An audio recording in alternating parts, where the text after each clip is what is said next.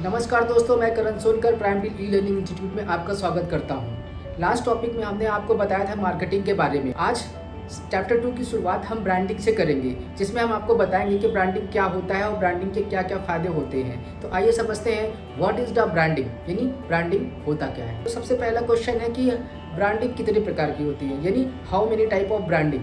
Branding, जैसा कि मैंने लास्ट चैप्टर बताया था कि ब्रांडिंग कुल 6 प्रकार की होती है और उस ब्रांडिंग को मैं आज डिफाइन करने की कोशिश करूंगा कि ब्रांडिंग किस लिए इम्पोर्टेंट है। पहला जो था वो ब्रांडिंग गेट रिकॉग्नाइजेशन, दूसरा जो था इंक्रीज वैल्यू ऑफ कंपनी और तीसरा जो था helps you stand from the company, चौथा जो था create loyal and strong customer base, पांचवा जो था improve employees pride and satisfaction और छठा जो मोस्ट इम्पॉर्टेंट है branding support advertising and sales. तो आइए इन सारे 6 टॉपिकों को हम स्टेप बाय स्टेप समझने की कोशिश करते हैं। इस कड़ी में जो पहला नंबर था ब्रांडिंग गेट रिकॉग्नाइजेशन। जो कंपनी जितनी बड़ी होगी उतना वो बड़ा ब्रांड होगा, उतनी बड़ी वो रेपुटेशन होगी, लोग उतना ही उसे जानेंगे। दूसरा जो टॉपिक था ब्रांडिंग के चैप्टर में वो था increase value of company. Increase value of company company की वैल्यू को बढ़ा देता है, कंपनी के मॉनिटरिंग टर्म्स को भी बढ़ा देता है, वर्चुअल टर्म्स को भी बढ़ा देता है। आइए मैं इसको समझाने की आपको कोशिश करता हूँ। जैसे उदाहरण के तौर पे मैं एक कंपनी जियो की बात कर लेता हूँ। जियो एक ब्रांड है, तो जियो की जितनी वर्थ होगी उतने से ज़्यादा उसके नाम और ब्रांड की वर्थ होगी। Helps you stand from the company.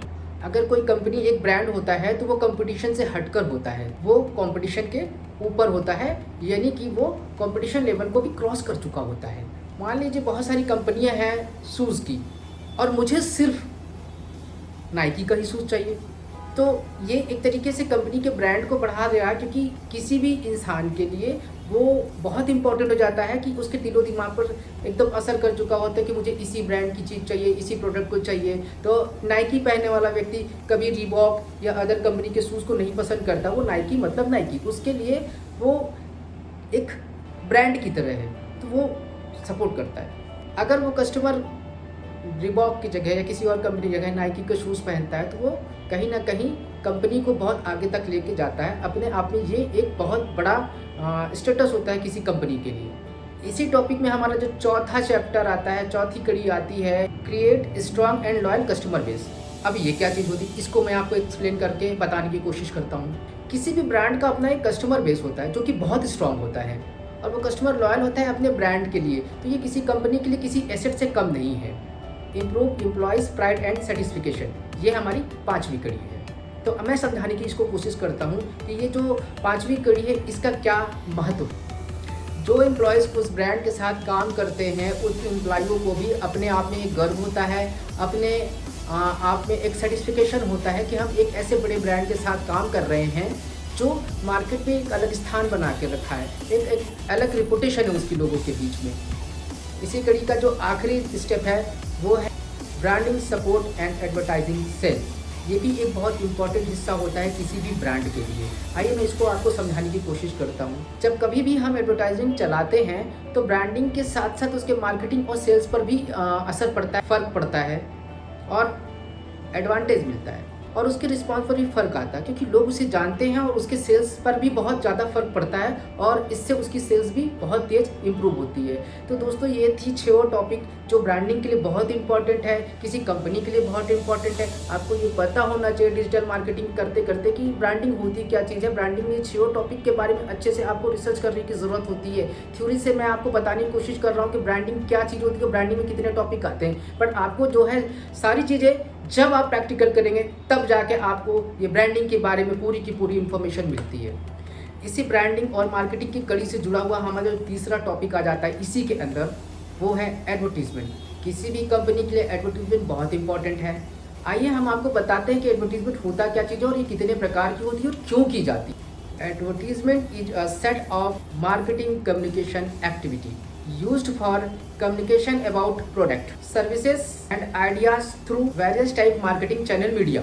Advertisement are paid marketing tactics to promote product and services.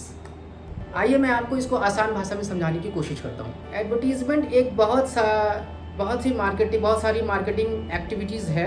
ये मार्केटिंग का ही एक पार्ट होता है एडवर्टाइजिंग और उसके अंदर बहुत सारी मार्केटिंग की एक्टिविटीज़ की जाती हैं ताकि लोगों तक इन्फॉर्मेशन पहुंचाया जा सके, प्रोडक्ट्स के बारे में, सर्विसेज के बारे में, आइडियाज़ के बारे में, और लोगों को अवेयरनेस किया जा सके। इसलिए एडवर्टीज़मेंट बहुत इंपॉर्टेंट हिस्सा होता है किसी भी कंपनी या किसी भी प्रोडक्ट कंपनी के लिए।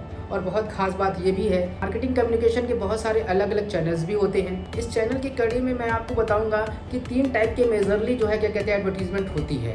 पहला ATL। अब ये ATL को क्या कहते हैं फुल फॉर्म में मैं आपको बताने की कोशिश करता हूँ, जिसको कहते हैं अबव द लाइन। अब ATL में कौन कौन से एडवर्टीज़मेंट हम कर सकते हैं, आइए मैं बताता हूँ। जैसे television advertisement, newspaper advertisement, outdoor advertisement, radio के थ्रू, और बहुत सारे एडवर्टीज़मेंट जो ATL के माध्यम से किया जा सकता है। ये एडवर्टीज़मेंट थोड़ा कॉस्टली होते हैं। MNC कंपनियाँ ही ज़्यादातर इस तरीके के एडवर्टीज़मेंट के रिसोर्सेज को यूज़ करती है, मीडियाज़ को यूज़ करती हैं। दूसरा जो लाइन आता है BTL, यानी बिलो द लाइन। ये हमारी दूसरी एडवर्टाइजिंग एक्टिविटीज़ में आती हैं और मैं इसको आपको समझाने की कोशिश करता हूँ। जैसे ऑटो ऐड के थ्रू एडवर्टीज़मेंट करना, पैम्पलेट के थ्रू एडवर्टीज़मेंट करना, ट्रेड शो के थ्रू एडवर्टीज़मेंट करना, नुक्कड़ नाटक के थ्रू एडवर्टीज़मेंट करना, टेली मार्केटिंग के थ्रू अपने प्रोडक्ट की एडवर्टीज़मेंट करना, और बहुत सारी लोकल एक्टिविटीज़ जो आपको लगता है या जो आपके दिमाग में चल सकता है, वो सब BTL यानी बिलो द लाइन के थ्रू एडवर्टीज़मेंट होती है। तीसरी जो एक्टिविटीज़ आती हैं वो डिजिटल एक्टिविटीज़ आती हैं। उदाहरण के तौर पे ये समझ लीजिए कि जैसे Google advertisement, email, SMS, Google AdSense, Facebook, LinkedIn, Insta, ये सब थोड़े से लो बजट में और अपने स्तर पे अपने अपने शहरों के थ्रू डिजिटल एडवर्टीज़मेंट किया जा सकता है। एडवर्टीज़मेंट की कड़ी से जुड़ा हुआ हमारा अगला जो टॉपिक आता है वो किसी भी कंपनी के लिए उससे भी ज़्यादा इम्पोर्टेंट होता है, वो होता है प्रमोशन एक्टिविटीज़। यानी कि प्रमोशन एक्टिविटीज़ क्या होती हैं, आइए मैं आपको ये बताने की कोशिश करता हूँ, समझाता हूँ कि what is promotion activities. Promotion is an element of marketing mix. Promotion is any type of marketing communication used to information about product, services to its target audience. The name of promotion is to increase aware, development, interest, get sales and get brand loyalty. आइए हम इसको अब आपको आसान भाषा में समझाने की कोशिश करते हैं। प्रमोशन एक एलिमेंट है, एक हिस्सा है मार्केटिंग मिक्स का एंड मार्केटिंग प्रोसेस, जिसका यूज़ किया जाता है उसके प्रोडक्ट, सर्विसेज, ब्रांड या इशू को अपने टारगेट ऑडियंस तक बताने या पहुंचाने के लिए। ये सब प्रमोशन के अंदर ही आते हैं। प्रमोशन का जो मकसद होता है इंक्रीज करना, अवेयर करना और सेल्स की ब्रांड वैल्यू को बढ़ाना। अब आप कंफ्यूज हो रहे होंगे कि ये प्रमोशन मिक्स क्या होता है, यानी कि व्हाट इज़ प्रमोशन मिक्स। तो आइए मैं आपको एक्सप्लेन करके समझाता हूँ कि what is promotion mix. A blend of promotion activity is a promotion mix. मैं इसको आपको आसान भाषा में समझाता हूँ। प्रमोशन एक्टिविटीज़ में जो सबसे पहला जो टॉपिक आता है एडवर्टाइजिंग का आता है। एक पार्टी जो थर्ड पार्टी होती है वो सामने वाले पार्टी से स्पॉन्सर करके पैसे लेके एडवर्टीज़मेंट को चलाता है, उसे एडवर्टीज़मेंट कहते हैं। दूसरा जो आता है प्रमोशनल एक्टिविटीज़ में पर्सनल सेलिंग। इसमें कोई पर्सन डायरेक्ट लीड जनरेट करके फेस टू फेस कस्टमर को बैठ के प्रोडक्ट को सेल करता है। तीसरा जो आता है उसमें सेल्स प्रमोशन।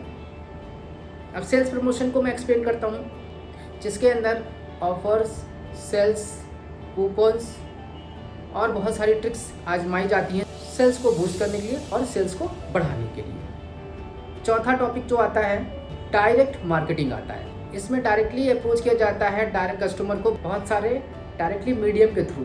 पांचवा जो है पब्लिक रिलेशन एंड पब्लिसिटी।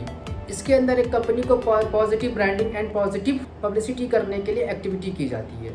छठवां जो टॉपिक आता है event, exhibition and trade show. दोस्तों ये थी हमारी आज की चैप्टर की topics, advertising, branding and promotion. ये तीनों चीज़ें आज हमने इस टॉपिक में, इस चैप्टर में कवर करने की कोशिश की है।